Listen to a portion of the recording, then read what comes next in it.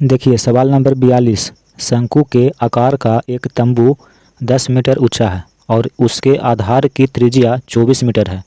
तो ए में कहता है कि तंबू की तिर्यक ऊंचाई निकालिए, और बी में कहता है कि तंबू में लगे कैनवास की लागत निकाले यदि 1 वर्ग मीटर कैनवास की लागत 80 रुपया है। यह एक तंबू है, ठीक है, जो शंकु के आकार का है और इस तंबू की ऊंचाई दिया हुआ है 10 मीटर। देखिए 10 मीटर ऊंचाई, यहाँ से लेके यहाँ तक ये 10 मीटर है और त्रिज्या है 24 मीटर। देखिए त्रिज्या ये है और ये दिया हुआ है 24 मीटर, यानी कि आर का मान दिया हुआ है और एच का मान दिया हुआ है।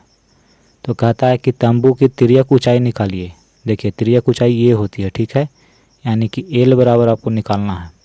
तो सवाल नंबर 42। सबसे पहले क्या करेंगे कि हम मान लेंगे, माना तंबू की त्रिज्या आर, ऊंचाई एच तथा तिर्यक ऊंचाई एल है, ठीक है। देखिए इसकी त्रिज्या को हमने मान लिया है कि आर है, ऊंचाई एच है और तिर्यक ऊंचाई एल है। तो आर बराबर आपको देखिए दिया हुआ है सवाल में 24 मीटर। देखिए 24 मीटर त्रिज्या दिया हुआ है और एच का मान दिया हुआ है, तंबू की ऊंचाई है 10 मीटर, ठीक है। तो तिर्यक ऊंचाई निकालना है यानी कि एल निकालना है। सवाल नंबर ए। तो एल बराबर एक सूत्र होता है √एच² प्लस r²। एच का मान 10 है तो 10 का यहाँ लिखेंगे स्क्वायर, प्लस आर का मान 24 है तो 24 का स्क्वायर। 10 का स्क्वायर करेंगे तो 100 होगा और 24 का स्क्वायर करेंगे तो 576 होगा। देखिए 100 और 576 दोनों को जोड़ेंगे तो 676 होगा, ठीक है। 676 है तो इसको लिख सकते हैं 26 गुना 26। तो एल बराबर वर्गमूल के अंदर में देखिए 26 का पेयर बन रहा है तो एक बाहर निकल जाएगा, यानी कि एल बराबर आ गया है 26। तो तिर्यक ऊंचाई कह रहा है सवाल में निकालने के लिए, तो तिर्यक ऊंचाई है 26 मीटर। तो यहाँ लिखेंगे कि अतः तंबू की तिर्यक ऊंचाई बराबर 26 मीटर। तो ए में कह रहा था कि तंबू की तिर्यक ऊंचाई निकालिए, तो हमने निकाल दिया है। अब सवाल बी में कहता है कि तंबू में लगे कैनवास की लागत निकाले यदि 1 वर्ग मीटर कैनवास की लागत 80 रुपया है। तो पहले हम क्या करेंगे कि इस तंबू में जो कैनवास लगा हुआ है, कैनवास मतलब क्या होता है, कपड़ा बोलिए चाहे तिरपाल बोलिए, ठीक है, उसी को कैनवास कहता है। तो कैनवास का क्षेत्रफल कितना है पहले ये निकालना होगा। तो देखिए शंकु का वक्र पृष्ठीय क्षेत्रफल निकालिए तो पता चल जाएगा कि कैनवास का क्षेत्रफल कितना है। सवाल नंबर बी, कैनवास का क्षेत्रफल निकालेंगे।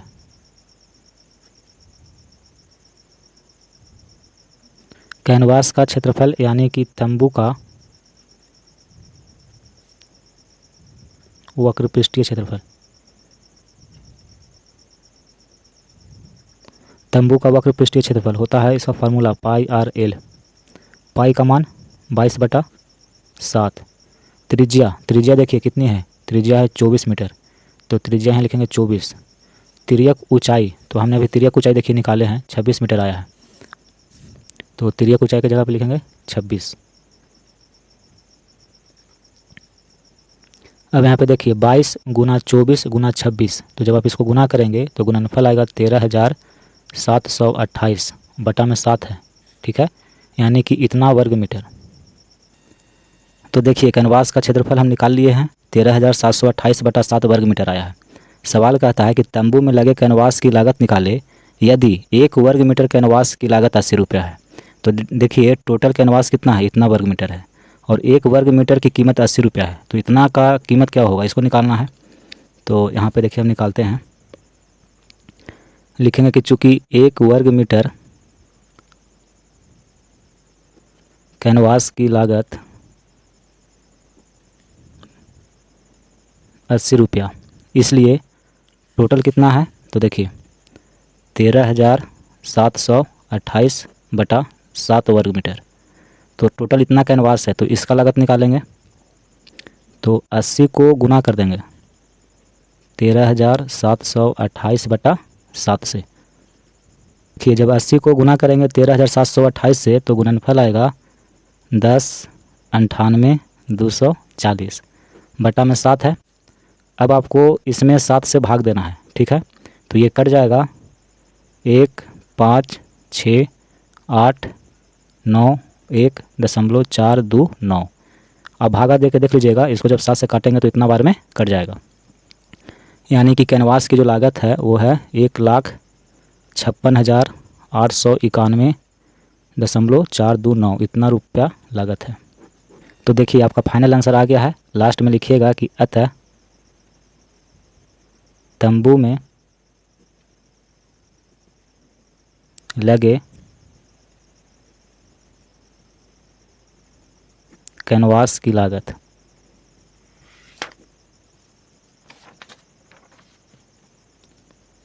कितना है, तो 1,56,891.429, इतना पैसा आपको खर्च करना पड़ेगा, ठीक है। सवाल नंबर 43, 8 मीटर ऊंचाई और आधार त्रिज्या 6 मीटर वाले एक शंकु के आकार का तंबू बनाने में 3 मीटर चौड़े तिरपाल की कितनी लंबाई लगेगी यदि इसकी सिलाई और कटाई में 30 सेंटीमीटर तिरपाल अतिरिक्त लगता हो, ठीक है। यहाँ पे पाई का मान 3.14 लेना है। देखिए सवाल क्या कहता है, पहले इसको समझ लीजिए। एक शंकु के आकार का तंबू बनाना है। देखिए यह एक तंबू है जो कि शंकु के आकार का है और इसकी ऊंचाई दिया हुआ है 8 मीटर। देखिए ऊंचाई ये है और ये दिया हुआ है 8 मीटर, यानी कि तंबू की ऊंचाई है 8 मीटर। आधार की त्रिज्या 6 मीटर। देखिए आधार की त्रिज्या ये है और ये दिया हुआ है 6 मीटर, यानी कि आर का मान है 6 मीटर, ठीक है। तंबू बनाने में 3 मीटर चौड़े तिरपाल की, देखिए ये तंबू जो बना है ये तिरपाल से बना हुआ है। एक तिरपाल है इस तरह से और इस तिरपाल की चौड़ाई आपको दिया हुआ है 3 मीटर और लंबाई कितनी होगी ये सवाल पूछा है आपसे। और देखिए कहता है कि इसकी सिलाई और कटाई में 30 सेंटीमीटर तिरपाल अतिरिक्त लगता है। देखिए सवाल नंबर 43, सबसे पहले आपको मान लेना होगा कि माना शंक्वाकार तंबू की आधार त्रिज्या r, ऊंचाई h तथा तिर्यक ऊंचाई l है। देखिए ये जो शंकु आकार का तंबू है इसकी त्रिज्या जो है इसको हम मान लिए हैं कि r है, ऊंचाई h है और तिर्यक ऊंचाई l है। अब जो सवाल में दिया हुआ है उसको हम यहाँ पे लिख लेते हैं। जैसे r बराबर ये सवाल में दिया हुआ है 6 मीटर है, ठीक है। फिर आपको ऊंचाई दिया हुआ है यानी कि h बराबर ये दिया हुआ है 8 मीटर। तो सबसे पहले हम क्या करेंगे कि इसमें कितना तिरपाल लगा हुआ है इसका क्षेत्रफल निकाल लेंगे, यानी कि शंकु का वक्र पृष्ठ का क्षेत्रफल निकालेंगे। तो शंकु का वक्र पृष्ठ का क्षेत्रफल होता है पाई आर एल। तो त्रिज्या तो दिया हुआ है लेकिन एल का मान नहीं दिया हुआ है, तो सबसे पहले हम एल का मान निकालेंगे। यहाँ देखिए एल बराबर एक सूत्र होता है √h² प्लस r²। h का मान 8 है तो 8 का हम स्क्वायर करेंगे प्लस त्रिज्या 6 मीटर यानी कि 6 का स्क्वायर करेंगे और इसका वर्गमूल कर देंगे। 8 का स्क्वायर करेंगे तो 8 8 64 होता है और 6 का स्क्वायर करेंगे तो 36 होता है। देखिए 64 और 36 को जोड़ देंगे तो ये हो जाएगा 100 और 100 का वर्गमूल होता है 10, यानी कि जो तंबू है उसकी तिर्यक ऊंचाई है 10 मीटर।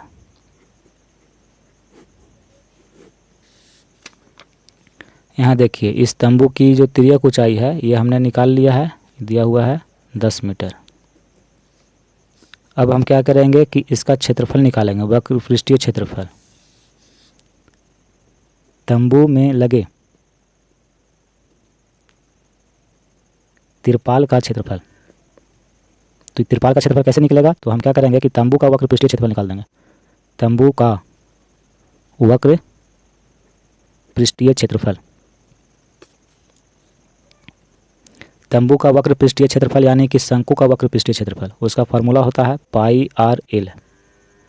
पाई का मान सवाल में कहता है कि 3.14 प्रयोग करिए। ठीक है, यहाँ पे 22/7 हम नहीं लगाएंगे क्योंकि सवाल में इसका कह रहा है कि 3.14 लीजिए।